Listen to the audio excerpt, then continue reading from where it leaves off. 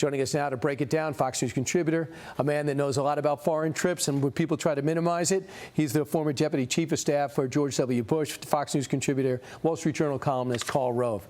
Karl, were you surprised at how angry the Democrats seemed to be while the president was overseas? Not really, but they were very angry. Look, they've been perpetually angry since November of last year, and they are angry at Trump, but they really ought to be as angry about themselves, because they are so focused on being against him that they can't figure out what they're for. And as a result, the Democratic Party is now held in lower esteem than it has in some 40 some odd years, and it's going to be hard for them to get out of it if they keep up this mindset. Yeah, I mean, just some of the things that were pulled off. It wasn't a perfect trip. He didn't get everything he wanted. Would I have loved him to push to level off the oil that he's buying from Russia? Absolutely.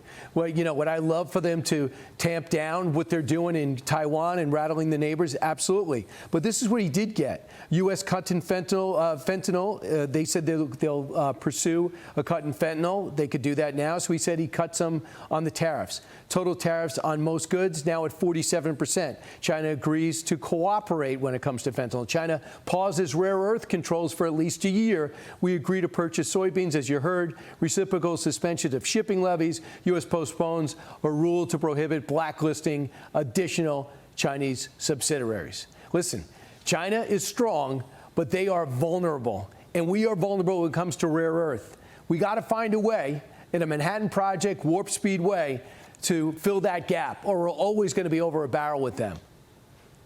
Yeah, and look, let's remember that specific provision with China is for 1 year.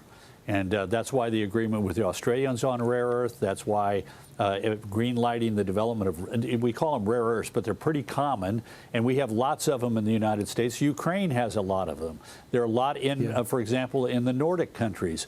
But we've got to develop our own resources, and the difficult thing there is the cost and the expense of building the facilities to refine those substances into usable items. But we got 1 year. Look, I think you need to look at this maybe a little from a different perspective. China is here. The rest of the deals are here.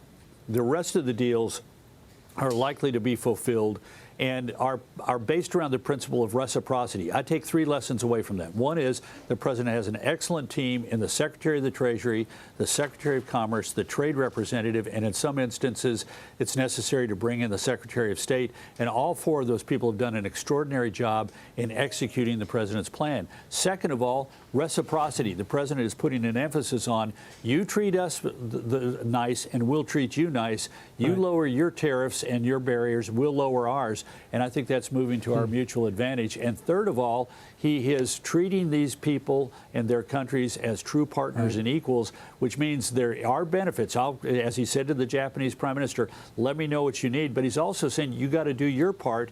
The South Koreans of the 3 countries we talked about, Japan's doing what it needs to do on defense. Malaysia is not as important a national security partner, but South Korea has not been doing its job in muscling up its defenses, and the president got them to agree to do that. And I thought that was an extraordinary achievement. I want to get to this other point, too, and that is looking back at the 4 years of Joe Biden. People say, why are you looking back? Well, they keep writing books, and then people keep getting revelations about what we were talking about, and that is Joe Biden seemingly failing on the world stage and invisible when it comes to governing.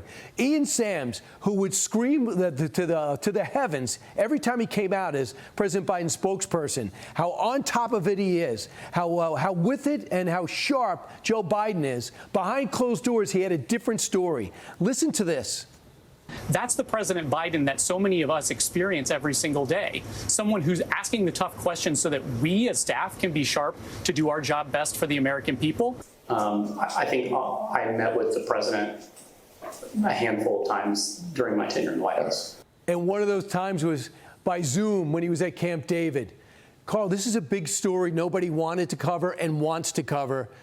Your thoughts?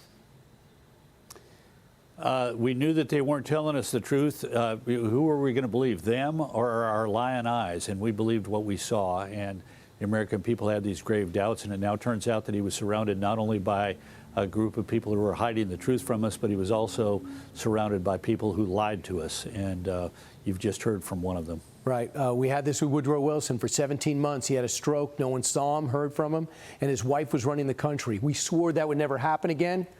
It happened, but maybe for 4 years. This story is just beginning. We're not going to stop. Karl, thanks so much. You bet.